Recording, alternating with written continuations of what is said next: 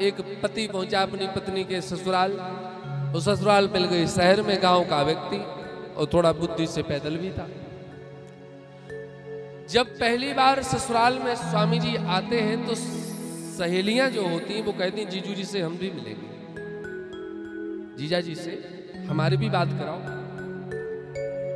और ये डरी सहमी इसलिए है कि मैंने तो इतना लंबा चौड़ा भौकाल मार रखा है और इनकी स्थिति तो बड़ी दयनीय है, पता नहीं क्या बोलें क्या बतलाएं।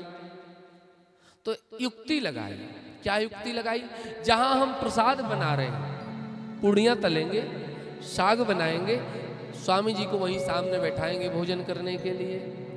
और साली जब पूड़ियां लेकर के जाएगी तो कितनी बात कर पाएगी, थोड़ी बहुत बात करेगी और हम बीच में संभालते रहेंगे, इशारे में बताते रहेंगे क्या बोलना है क्या नहीं बोलना है। अब पाहुन जी आए तो पूड़ियों की भी साइज छोटी हो जाती है, छोटी छोटी पूड़ियां, सुंदर सी थाली सजाई गई, छोटी छोटी कटोरियों में कई प्रकार की साग लगाई गई और खीर के साथ बीच में पापड़ रख करके थाली परोसी गई और कहे महाराज प्रसाद पाया गया। अब ये सोच रहे हैं इसको तोड़े कि सीधा खाएं। पूड़ी इतनी सी, गांव का व्यक्ति जितनी पूड़ियां वो 8 रखी थी उसकी 1 पूड़ी बनती थी। उसने सोचा इसको तोड़ करके समय नष्ट क्यों करना है, सीधी की सीधी उठाओ।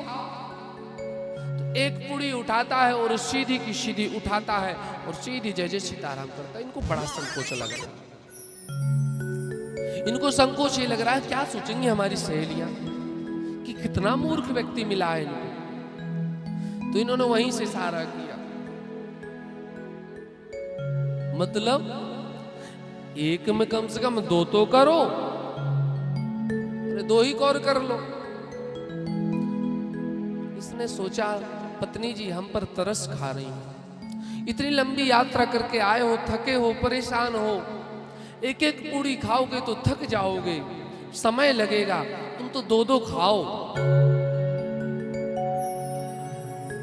उंगली दोई उठाई गवार अपने पति को देख, 1-1 पूड़ी के ग्रास दुई करे जाओ। और जब इन्होंने तो सोचा कि महाराज ये 2-2 कह रही हैं तो 2-2 को खाने लगा। जब 2-2 को खाने लगा तो कहा महाराज, पत्नी ने सोचा इसको अच्छा तो यही था कि 1 ही खा रहा था, तो माथा पीटा। माथा पीटा तो देखा ओहो हो कुछ अपराध हो रहा है, कुछ गलतियां हो रही हैं हमसे, लग रहा है ये पूड़ी जो है ये मामूली नहीं है, ये लगता है प्रसाद है, भगवान का भोग लगा हुआ है और हम ऐसे ही पाले रहे, ये अपराध कर रहे हैं। हमारी पत्नी हमको इशारा कर रही है। 2-2 खावे लगो मूर्ख जब एक साथ,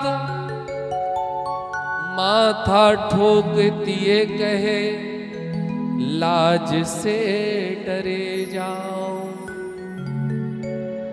ये सोचा कि माथा ठोक रही जरूर कुछ ना कुछ गड़बड़ है, तो अब क्या करता है 1 पूड़ी लेता है, उसमें साग रखता है, फिर दूसरी ऊपर से रखता है। अब महाराज बर्गर बन गया और क्या महाराज जैसे ही बना और उठाया दोनों हाथ से, फिर माथे पर लगाया और फिर दोनों पाया।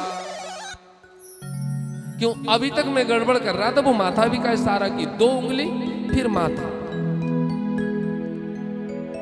पावे के प्रथम इन पूजनीय पूरन को शीश पर धरे जाओ। पत्नी इशारा कर रही इसको शीश पे धरने के लिए। पत्नी को कुछ नहीं समझ में आया तो चूल्हा जल रहा था, चूल्हे की लकड़ियों को ठोकते हुए कहती है इससे अच्छा तो यही था कि जैसे प्रथम जरे थे वैसे ही जरे जाओ। अरे इससे अच्छे तो पहले थे कि कम से कम 1-1 तो खा रहे थे, अब तो 2-2 खा रहे हो और माथे पे लगा रहे हो, तो चूल्हे को डांट रही है। ये मूढ़ों के लिए इशारा नहीं है, उन्हें तो साफ साफ बताना पड़ता है। मैं इशारा क्या कर रहा था कि समझ जाओ तो बढ़िया है, और नहीं समझो तो भैया हो फिर ऐसी स्थिति आपकी भी बनेगी। कथा सुनकर के भी आपकी संसार की व्यथा समाप्त ना हो तो समझ जाइए हम समझ नहीं पा रहे हैं। जिनको भगवान की कथा का रस मिल गया, भगवान के रूप का आनंद मिल गया, फिर वो ये नहीं देखते जगत में क्या होगा।